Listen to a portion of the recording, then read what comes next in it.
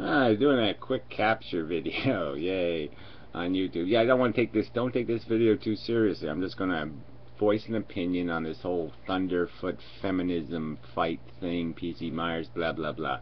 So Edible Napalm and Coughlin have both made response videos that I think were quite adequate. Adequate's the wrong word. It was very good. Good points made by both individuals. And I mean, I think the critiques were both tempered and fair enough. I think it is clearly Thunderfoot's got a little, butt hurt, and this is just petty bullshit. And everybody's just going to pick a side and go, rah, yay! I mean, I don't like either one of these sides to atheism. I don't like this agenda atheism any more than I like the beauty in the universe Thunderfoot crap. So neither side has any value to me. I mean, I wonder sometimes about atheism. If religions were to embrace the sexually different, I wonder how many of these people, these atheists, would gravitate right back to the institution. Go back to sing songs and all that kind of crap, as long as they were accepted and loved. Blah blah blah blah blah. But they seem like traditionalists in every other way. And the other thing, I think the biggest thing Thunderfoot just misses is that atheists are by category somewhat hedonistic, right? They have rejected this religious traditional morality, and as often people who reject something do, they go to an extreme. They take it to the exact opposite. When they want to not be a Nazi, they become some kind of flower child lovey thingy or whatever, and they just go way to the other extreme. Like order is bad, then they become so disordered that they're no longer, don't have enough order to be anything worth ordering. But anyway, so what's the point I was going to make? Alright, we'll have to just wait for it. Thunderfoot's a douchebag and a fuckwit. And, yeah. But yeah, I don't remember. So I'll just move on. And then maybe I'll remember it later and I'll get back to it. Sorry, I told you it's not going to be a good video. No, the point out, this part will be good. The only part I wanted to get to was the fact that, I think this kind of illustrates exactly what I'm saying about our nature. We have a psychology, and then we have a brain that can do more thinking and more understanding. And my psychology, my rudimentary, my fundamental look at the book cover and react thing is not feminist. Okay? It doesn't have proper respect for women. Okay? It is aroused by women in ways that have nothing to do with their intellectual capacity or how witty they are, how clever they are, what a great argument they made. I don't appreciate them for their mind, is what I'm saying. My psychology doesn't do that I love you for your mind thing. Okay, so it's not treating women as beings, it is objectifying them. It's just a fact. That's what my psychology does. It reacts. It sees the soft skin, the warm, and the freaking oh yeah, that really gets to me. The side, yeah, and it reacts. That's what it does, because that's how it's been made, and that's how it's biologically functions. And so let's not deny biological reality, and let's just understand that when you're going out in public, you gotta put the gorilla in the cage. You can't just let your gorilla run free. Alright? You can't let your psychology run free. No, you always got to keep your pants on, so to speak. You got to keep it under control. And that's the argument that feminists are making, is that a conference is a conference, and the presumption's got to be that the woman is there to be intellectually stimulated, not to be vaginally stimulated. Okay? And that's just the truth of it. Okay? They're there for the same reason that these other atheists are supposed to be there. Not to have a party. Okay? It's not called an atheist party.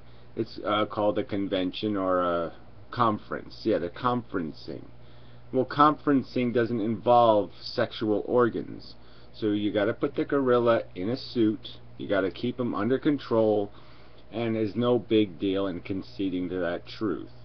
Whether you have to placate political agendas, I don't know. I mean, I don't think so. I don't think there's an obligation to do this politically correct thing and all this other crap. But there is an obligation, okay, to if you want to do something, engage your physiology and your psychology. If you want to engage them, you have to do it through a procedure. You have to almost file it in duplicate.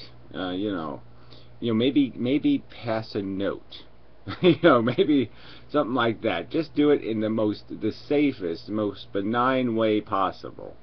Because what you're doing is going to be potentially incredibly rude, because the other people there, even if they have vaginas, aren't there to be a vagina. They're there to do something else. I mean, and it's not that hard to say, okay, there's certain arenas where, yeah, no gorillas allowed. On both sides, we could even argue. I mean, as women, don't show up in bikinis and go whoring around and such.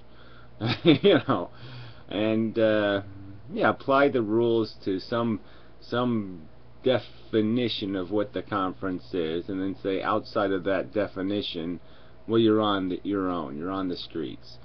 But yeah, I'd say there's every reason for women to be a little more suspect and paranoid, even worried, concerned, because of the nature of atheist philosophy and the nature of the individuals who have gravitated to it. Not all atheists have become atheists for good reasons. Some of them have become atheists for bad reasons, merely to escape judgment and to escape responsibility. They want to be told they can do whatever the fuck they want any fucking time they want, and that's all they care about. They're nihilist, selfish, rude, drunken, whore bastards. And let's acknowledge that there's more of those in the atheist community.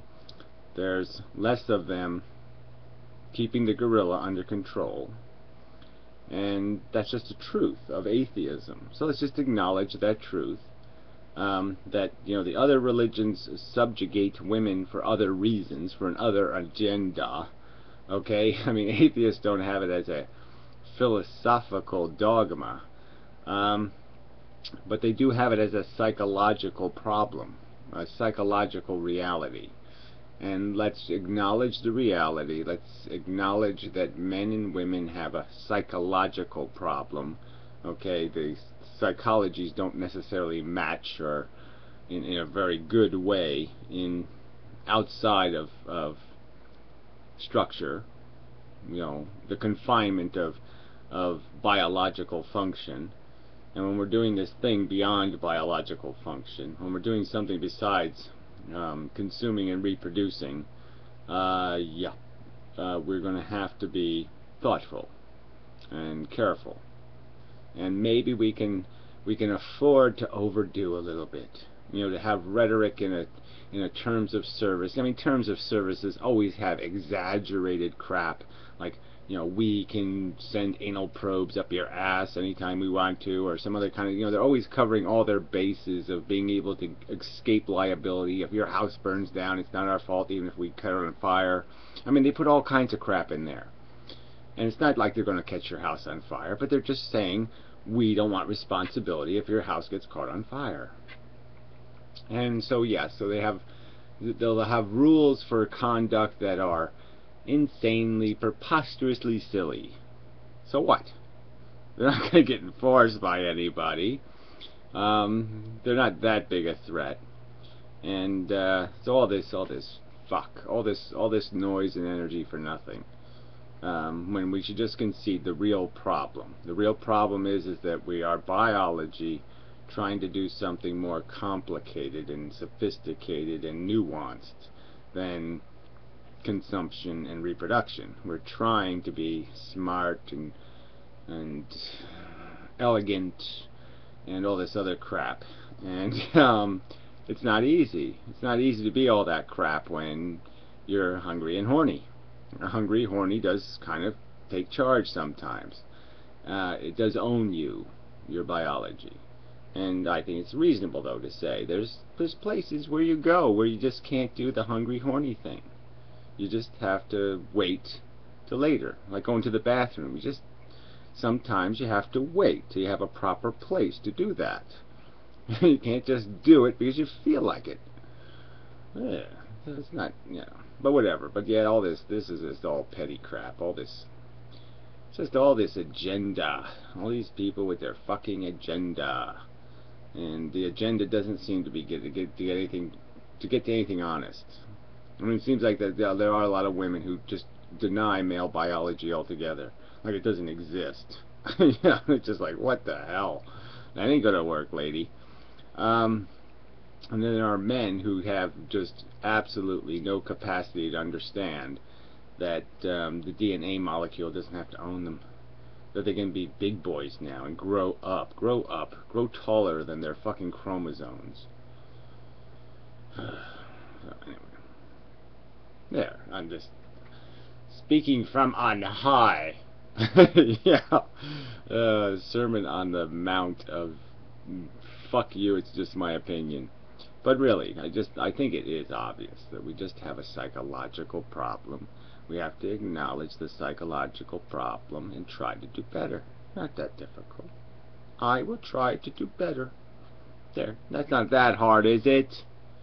Stupid fucks. No, that's enough.